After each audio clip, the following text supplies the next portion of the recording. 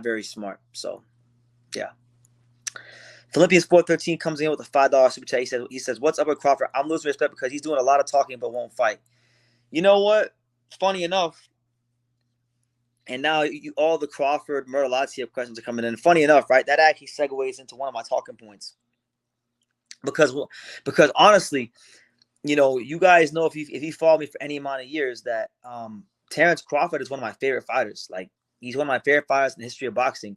Recently, it hasn't seemed like that because ever since he beat Errol Spence, and I'll just call a spade a spade.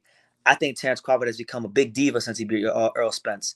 And yes, I said diva. Ever since he beat Errol Spence, he's become a diva. He don't want to fight nobody in his division. He didn't now look. He didn't want to fight Ennis. Terence Crawford. He didn't want to fight Jaron Ennis. All right. He didn't want to fight none of the guys at 54 that people actually cared about seeing him fight. Nobody gave, like, let's be real. Nobody gave a flying fuck about him fighting Israel Madrimov. Nobody cared about Israel Madrimov even when he beat Magomed Kurbanov for the title. So Terence Crawford, there's a lot of guys that he has shown a lot of ambition to fight because he's been so zeroed in on Canelo. So I'll say it like this. You didn't want to fight Jaron Ennis. You didn't want to fight a lot of guys. You didn't want to fight other guys 54. This is the fight I now want to see. This is it. I don't care about Canelo. I don't care about Boots. I don't even care about Boots. Boots is done. The Boots fight ain't even as fun and as sexy as it used to be. This is the fight I want to see because Terence Crawford had all these things to say about what Tim Tszyu wasn't doing and what he was doing, and he was ranting about boxing fans. So if that's truly the case, if you have all these answers about how to beat Bakhram Murtazaliev, then it's time to close your mouth, be quiet, wrap up, put your gloves on, and get in the ring and prove it. I know a lot of people will say, like, cause I've gotten these comments in my video. They say, "Oh, well, BT True School." Terence Crawford, he's already cemented his legacy. He doesn't need to prove anything to you or anybody. And you're right, he has cemented his legacy. But guess what? He cemented his legacy at 147. He cemented his legacy at 140. He cemented his legacy at 135. He ain't cemented a motherfucking thing at 154. All he did was beat Israel Madrimov, who's a good fighter, but again, a guy with not a lot of professional fights who people weren't really clamoring to see him fight. This is a fight that people are clamoring to see Terence Crawford in because of how, not just the fact that Bakhram beat Tim Tszyu, it was the fashion in which he beat him. It was sensational. It was one of those fights that if you saw it, if you were watching boxing around this time, you will never forget it. So I want to see this fight. I want to see Terence Crawford.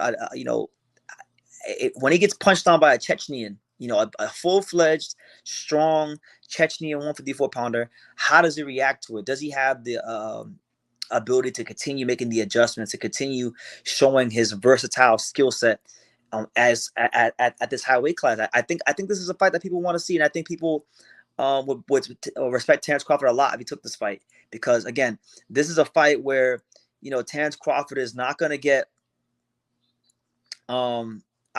this is a fight where Terence Crawford is not going to get a lot of money. Bakhram, he's become a name to boxing fans, but he's still not a big name, beyond the realms of the hardcore boxing fans. So I would like, to me, this would be like when Terence Crawford fought Victor Postal all those years ago, back in the day. I'm old enough to remember, and I've been covering boxing on YouTube long enough to remember when Terence was when Victor Postal knocked out Lucas Batiste.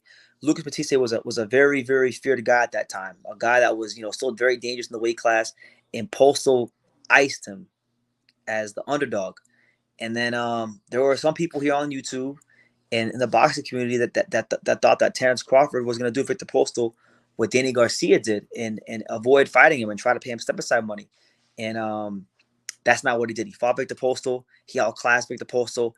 And the Victor Postal fight for Terence Crawford is one of the fights that, in my humble opinion, it's made the legacy of Terence Crawford. Now, truth be told, just being honest, I'm not saying he hasn't fought good guys, because he has fought good guys, but I don't think he's had a fight quite like that fight, the Victor Postal fight, against a dangerous guy, high risk, low reward guy, that can beat him. He hasn't had a fight like that in a long time. So I would love that fight for that reason.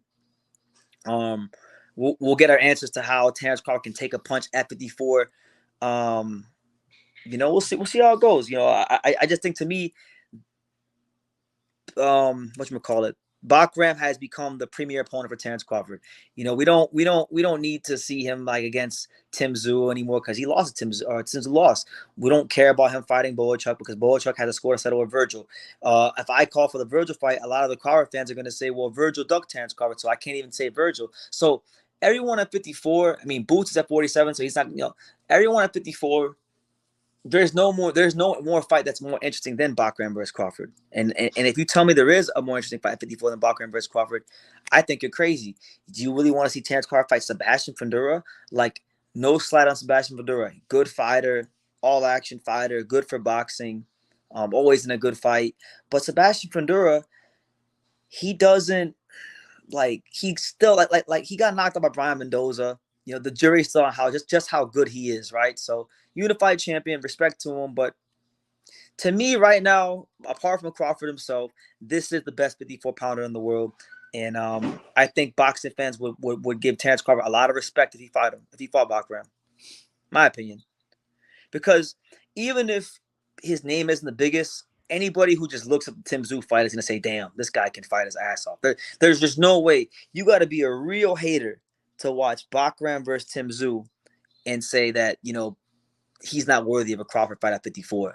If he's not worthy of a Crawford fight at 54, then who the hell is worthy of a Crawford fight at 54? Boxing Learner says Terence Crawford should retire. He's 37. Possibly. As far as Crawford and Murtazaliev, I think it's an amazing fight. I think it's a great fight. I think it's a dangerous fight. I think it's a fight that if Crawford were to win it at this stage of his career, I would put it up there as one of his top 5 wins. Just because in boxing, right, timing is everything. So sometimes it's not even about who you fight. It's about when you fight them. Like, do you fight them when they're coming out the worst loss of their career, or do you fight them when they're in their prime, when they're coming out the most devastating performance of their career? And if Terence were to fight Bakhram, next, you'd be fighting Bakhram coming out the most devastating performance of his career, smack dab right in the middle of his prime. You're 37. You're not in your prime anymore. That win would be very impressive to me, straight up. My man Kevin Effect says, "BT, what's up? Happy to see the channel live." Yeah, it's good to be live, man. It's been a while. I mean, these days, like when it comes to going live, if you don't go ahead and you don't go live like every day or at least a day or two, the days they fly right by. So, yeah, man. Shout out to my guy from New Mexico, Shinobi. Good to see you, Shinobi. Hope all is well. Get ready for Anzo Leo, early 2025. Now, I hope to see it. I hope to see you at the fights again. He says more credit considering there would also be no IBF rehydration class. Exactly. So, and see, this is what I'm talking about. A lot of people in boxing want to shit on the IBF, but when you fight for the IBF, you're fighting for the pride, you're fighting for the glory, you're fighting for the biggest treasure in boxing. Because when you fight an IBF champion, he's going to be properly hydrated. He's not going to have a crazy advantage with rehydration. You're not going to have a crazy advantage with rehydration. If you're mandatory, you get your shot. Like this is the most legitimate belt in boxing. And funny enough, right? I said this in my video earlier, and I'll say it here. If the IBF didn't conduct themselves the way they do, Bakhram would never get a chance to become champion because he was mandatory challenger to Charlo years ago. Charlo was in the process of pursuing undisputed. So Charlo dropped the belt, and what did Bakhram do?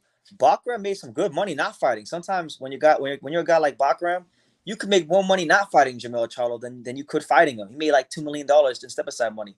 And all the while he was doing that, he had a chance to develop, take the right fights, improve, get better. And eventually, when the time came for a Tim Tszyu fight, he was more than prepared, and it showed. It showed in spades on fight night.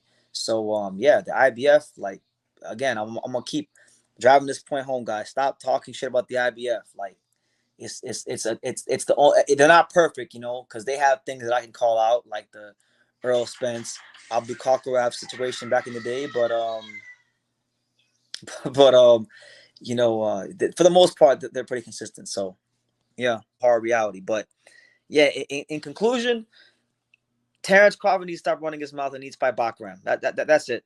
Because him and his team, they've been very vocal about what they will, what they won't do. They won't fight Boots. They won't entertain Virgil because he ducked them in the past. You know, they won't do this, they won't do that. So if he can't secure the biggest fight in boxing for himself, which is the Canelo Alvarez fight, then the only fight he needs to be that he needs to be worried about taking is the Bakhram unification fight, because Madrimov is a cool little fight. It was all right.